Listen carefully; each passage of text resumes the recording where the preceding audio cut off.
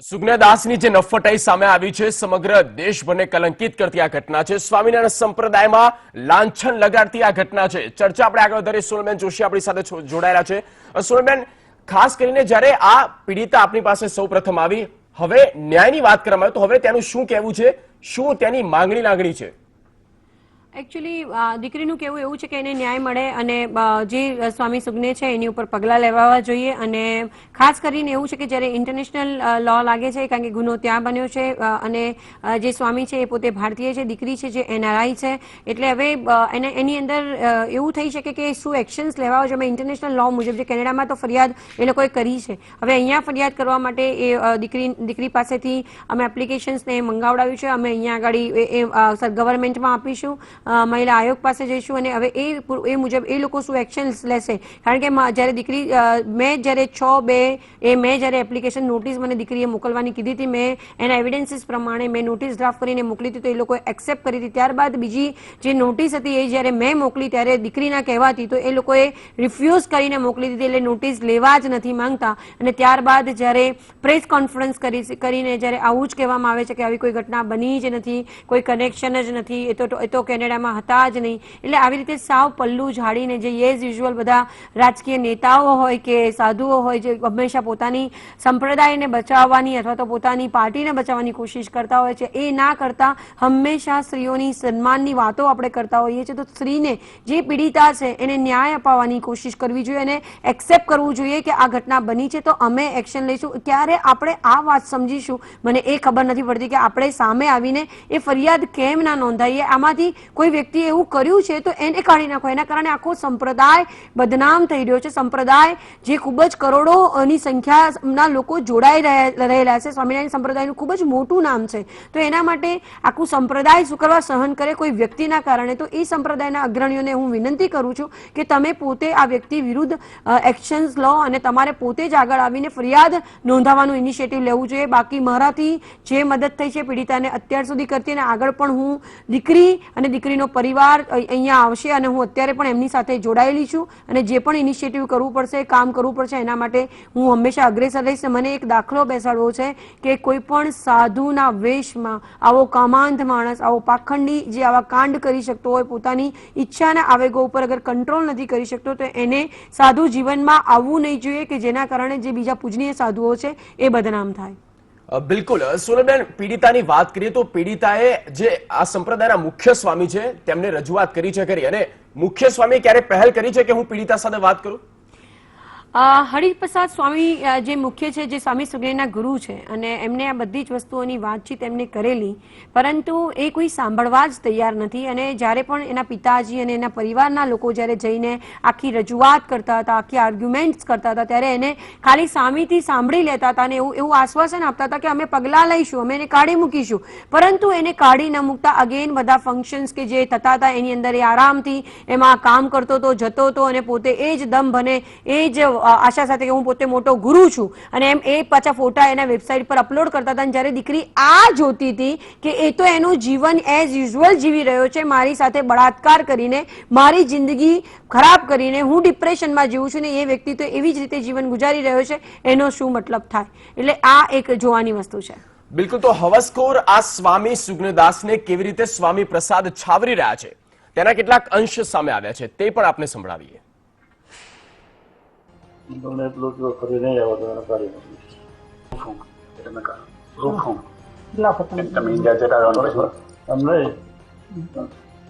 અંદર આવી જાય ગમે ત્યારે હવે મંદિરનો નહીં હોય ત્યારથી સ્વામી કેમ કે એવું તમે જાન્યુઆરીમાં આવેલા ને ડીડિયાથી ત્યારે તમે કેટલું પછી અમે એટલે હું પૂછું છું અને મેં સાધુને કહ્યું હું તું 2 મહિના સુધી સામના પડના કરો, 18,000 મારા કર્યો 2 અને 2 મહિનામાં બધું પૂરું કર્યું। પછી મને એમ થયું કે આ સાધુને લેવા જેવો છે, પછી તમારી ઈચ્છા ના હોય તો પછી મેં કાઢી દીધું। ઈચ્છા ન્યાય તમારે કરવાનો છે, તમારે ન્યાય કરવાનો, અમારે ઈચ્છા કાઢવાની નીકળવાની એ તમારા હાથમાં નહીં હોય। જો સ્વામી પગલાઈ કે આ સુધીમાં જે બનાવ બન્યો 6 વર્ષ 6 મહિના થયા, કોઈ તમને કાન પર અસર નહીં કરી, કોઈ કહ્યું નહીં, ત્યાર પછી અમે આવ્યા અને અમને તમે જવાબ આપો એને લગ્ન કરે એવું તો વિસ્તરવું અમને કહ્યું, પણ જે હોય એને કોઈ જાતની શિક્ષા તો છે જ નહીં, તમે કરી નથી. ને હવે એવા માણસોને તમે જે રાખશો તો અમારા છોકરાને કે બીજા છોકરાને આ લોકોના છોકરાનો જો એ લોકો આજે સાથ આપે છે પણ એ લોકોના છોકરાનો શિક્ષણ કેવું મળવાનું? જે ખાંભળો છે.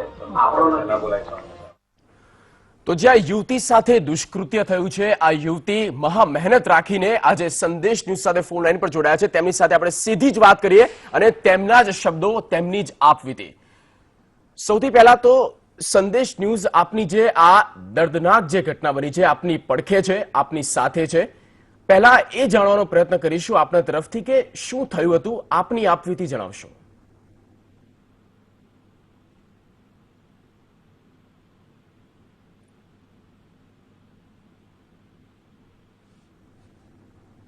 જી મેડમ, મારો અવાજ આવી રહ્યો છે આપના સુધી?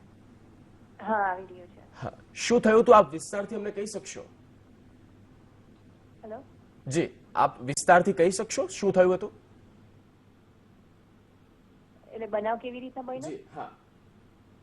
હા, એટલે મારે એ સોલ્યુશન માટે મારા ડેડીએ વડીલ સાધુ જોડે વાત કરી હતી અને એમને કીધું કે સુજની ને કોન્ટેક્ટ કરો અને સુજની સામે એ કીધું કે હું મદદ કરીશ અને એમની સાથે પર્સનલી વાત કરી. અને પછી એવી રીતના અમે વાતો કરતા હતા. પછી એમને કીધું કે હું હરિપ્રસાદ સ્વામીને વાત કરીશ અને પછી કેનેડા આવીશ. એટલે 3 વીક સુધી અમે વાત કરતા હતા અને પછી હરિપ્રસાદ સ્વામી સાથે વાત કરીને પછી મેસેજ લાવ્યા હતા. અને જયારે કેનેડા આવ્યા હતા ત્યારે મને બોલાવી હતી મંદિરે કે સ્વામીજીનો જોબ આવ્યો છે તો મંદિરે આવ. એટલે પછી હું મંદિરે ગઈ હતી અને મંદિર ઓપન જ હતું એ ટાઈમે, બંધ ના હતું. અને પછી એમને મને ડાયરેક્શન્સ આપેલા કેવી રીતના ઉપર જવાનું. અને પછી હું જયારે ઉપર ગઈ ત્યારે એમને મને રૂમમાં બહારનું લોક કરી દીધું અને પછી મને બેડ પર બેસાડી હતી અને પછી મને ઊભું થઈને પછી મને એમને હગ કર્યું, કિસ કર્યું અને પછી મને કીધું હતું કે અવાજ ના કરીશ, ચીસો ના પાડીશ, બધા સાંભળે છે તો પછી તારો વાક આવશે, હું છું એટલે બધા મારો પક્ષ લેશે અને હું એમ કહીશ કે તું ઉપર આવીને તું મારી પાછળ છે. એટલે હું તો બીજે હતી અને મને ના ખબર હતી કે હું શું કરું.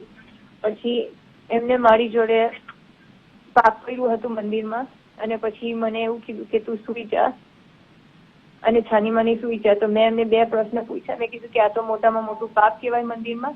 તો એમને કીધું કે તારું ઘર હોય તો એ પાપ ના કહેવાય, તો આ મારું ઘર છે એટલે મેં કર્યું એટલે મને પાપ ના લાગે. તો મને ખબર ના એટલે મેં કીધું કે શિક્ષાપત્રીનો લોભ કહેવાય અને તમારે અપવાસ પણ કરવા પડશે, આવું ના થાય તમારથી. તેમને કીધું કે મહારાજે એવું કીધું છે કે પ્રેમ લખ્યું નથી કે પ્રેમથી ના અડાય, એટલે મેં તેને પ્રેમથી અડ્યું. એવી રીતના એમને મને પછી સુઈ જા એવી રીતના કાઢીને આખી રાત મારી જોડે કાઢી હતી. પછી સવારે હું નીકળી ગઈ હતી અને પછી ગાડીમાં ધ્રુસકે રડતી હતી. મને ખબર ના પડી કે હું શું કરું. પછી એમને મને મેસેજ કર્યો કે I am sorry I hurt you, તું મારી જોડે વાત કેમ નથી કરતી. આખી રાત એમને મને રાખી પણ સ્વામીજીનો શું જવાબ આવ્યો તે બાબતમાં મને વાત ના કરી કે તારું સોલ્યુશન માંથી કેવી રીતના હું હેલ્પ કરું. કેનેડા ગયા ત્યારે પણ વાત ના કરી. અને પછી ત્યારે મને વારંવાર બોલાવ્યા કરતા હતા મંદિરે કે તું આવ મંદિરે. પછી મને મેસેજ કરતા હું તેને છોકરા આપીશ, તેને ક્યારે છોકરા જોઈએ છે, આઈ લવ યુ, તારા શાવરના ફોટા મોકલ, આઈ એમ સોરી, એવા બધા મેસેજીસ ને પછી એમના ફોટા મોકલતા હતા. અને પછી ઇન્ડિયા જવા પહેલા દીદીએ મેં મારા ફેમિલીને વાત કરી. મેં કીધું કે મારાથી હવે સહન નથી થતું, હું મારા ફેમિલીને હું વાત કરું. અને ત્યારે એમને કીધું કે ના, તું દુઃખી થશે, તું ના વાત કર, હું ચેપીને મરી જઈશ, તું ના વાત કર. તો પછી મેં વાત કરી હતી. ત્યારે મારા દીદીએ મંદિરમાં જઈને કમિટી મેમ્બર સાથે વાત કરી હતી. ત્યારે લોકોએ કીધું કે એ જતો રહી ઇન્ડિયા, પછી આપણે જોઈશું ને ત્યારે પછી આપણે સોલ્યુશન લેશું ને એક્શન લેશું. અત્યાર સુધી કંઈ એક્શન લેવાય નહીં. અને એમાં ઘણી બધી મીટિંગ પણ થયેલી હતી. મારા ડેડી પણ ઇન્ડિયા ગયા હતા, ત્યાં પણ મીટિંગ થઈ હતી. હરિપ્રસાદ સ્વામીએ કીધું કે લગ્ન કરી દેવ, એને આવી રીતના તેને છોડીને ના આવવું જોઈએ, મંદિરમાંથી હું કાઢી નાખીશ, આજથી કાઢી નાખીશ, ફરી જાઉં તો તમે મારી પાસે આવજો, 18,000 માળા કરાવીશ અને અપવાસ કરાવીશ, એટલે પ્રાઇસ થઈ ગયું એનું.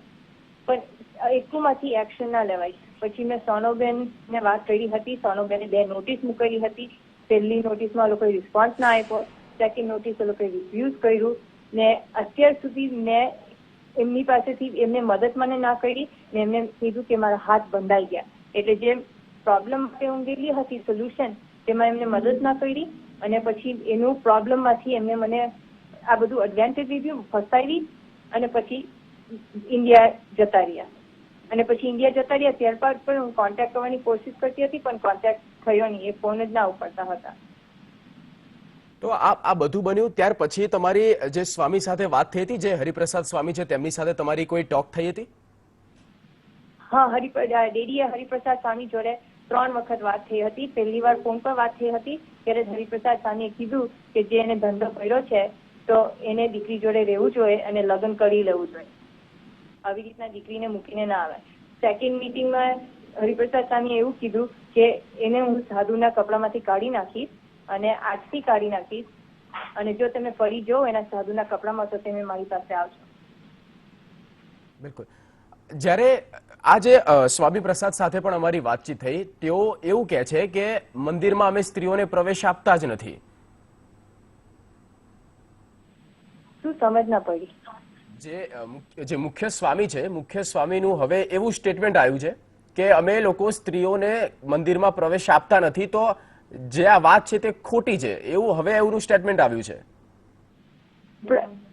સોરી, ગુજરાતી મને બોલો. એટલે શું? Can you hear me? Yes, I could. Yeah, એવું કહી રહ્યા છે જે સ્વામીજી, જે ત્યાગ વલ્લભ સ્વામીજી છે, એવું કહી રહ્યા છે કે મંદિરમાં કોઈ સ્ત્રીનો પ્રવેશ કરવો પોસિબલ જ નથી.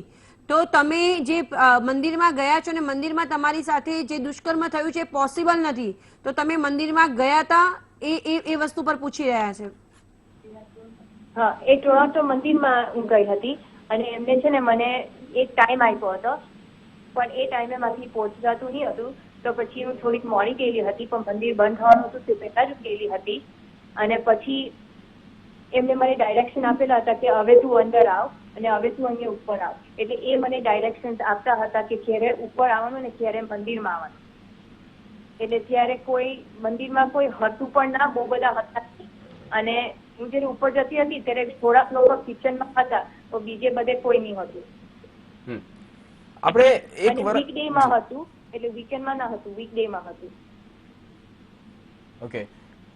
એક વર્ષ રાહ જોવી, એક વર્ષ પછી તમે સામે આવ્યા છો, તેની પાછળ શું રીઝન શું હતું? 1 યર વેઇટ કર્યો, તેની પાછળનું રીઝન શું હતું? રીઝન તો એ હતું કે મને વિશ્વાસ હતો.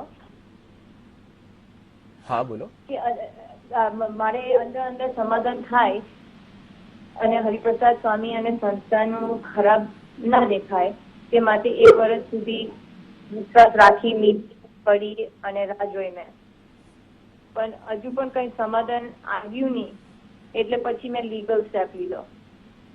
13 પાનાના પત્રની વાત છે, 13 પાનાનો પત્ર લખ્યો છે.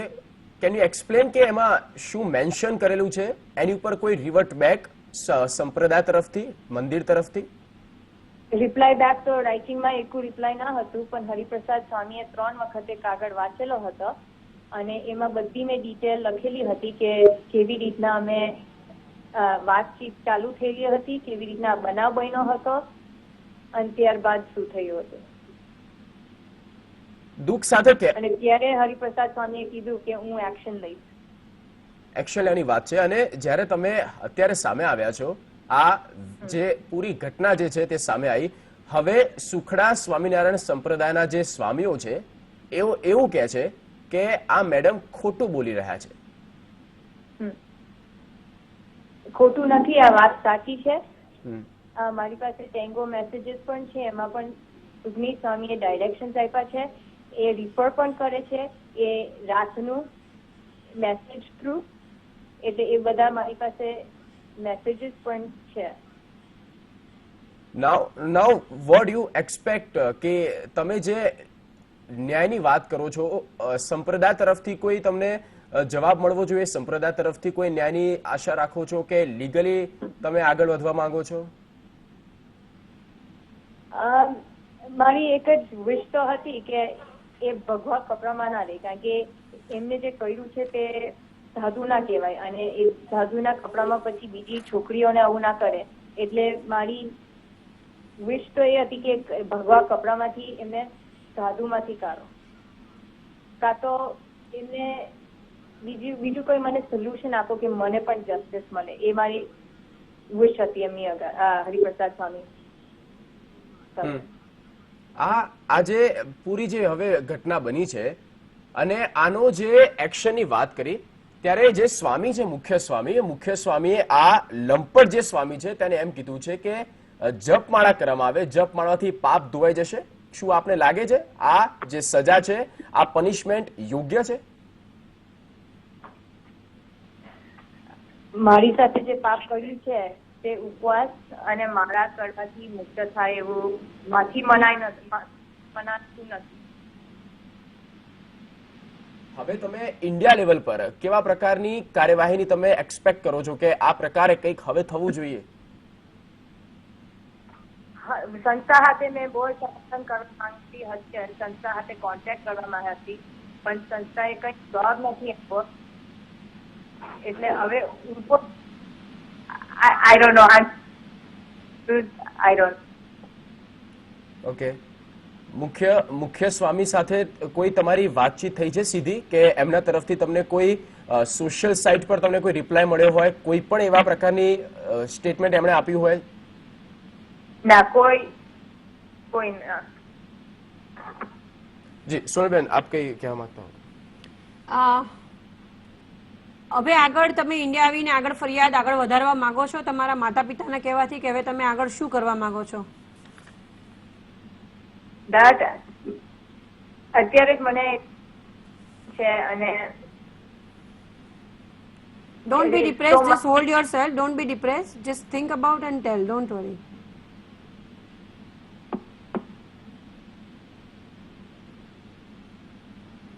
Are you there? Yeah, I'm here. હવે તો બેસીને વાત કરવાની ને basically see what we can do to get justice.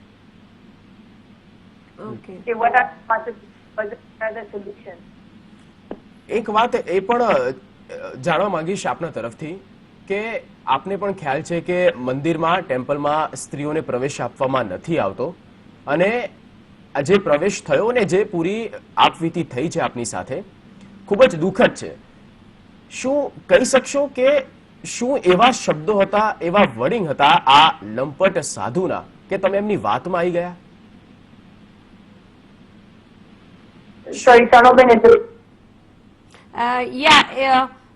he is asking the questions કે the ladies અંદર મંદિરમાં નથી જઈ શકતી, તો how you can enter in the temple, અને તમે કે એવી કઈ વાત હતી તો તમે એની વાતમાં આવી ગયા અને તમે મંદિરમાં ગયા? અને તો એનાથી કે સ્ત્રી ના થાય.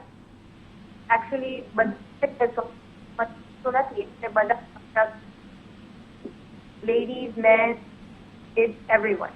ઓકે. શું તમને કોઈ પ્રકારની લાલચ આપવામાં આવી આ જ્યારે તમે સામે આવ્યા છો મીડિયાની સામે ત્યારબાદ? Sanoben, sorry. he is asking કે તમને અત્યારે જે મીડિયામાં ચાલી રહ્યું છે એના તરફથી તમને કોઈ થ્રેટનિંગ અથવા તો કોઈ તમને કોઈ લાલચ આપવામાં આવી છે ખરી કે તમે આવી રીતે મીડિયા સમક્ષ જઈને વાત ના કરશો, કે એવું કોઈના તરફથી તમને એપ્રોચ કર્યો છે કોઈએ તમને? I prefer not to at the moment. Okay, because you are telling, you know, people are telling કે તમે અત્યારે તમે જે મને હમણાં વાત કરી હતી કલાક પહેલા કે લોકો કહી રહ્યા છે કે સંપ્રદાયનું નામ ખરાબ રહ્યું છે, તમે ખોટું કરી રહ્યા છો અને એ બધું, તો એ તમને કોણ કહી રહ્યું છે અને કયા લોકો કહી રહ્યા છે?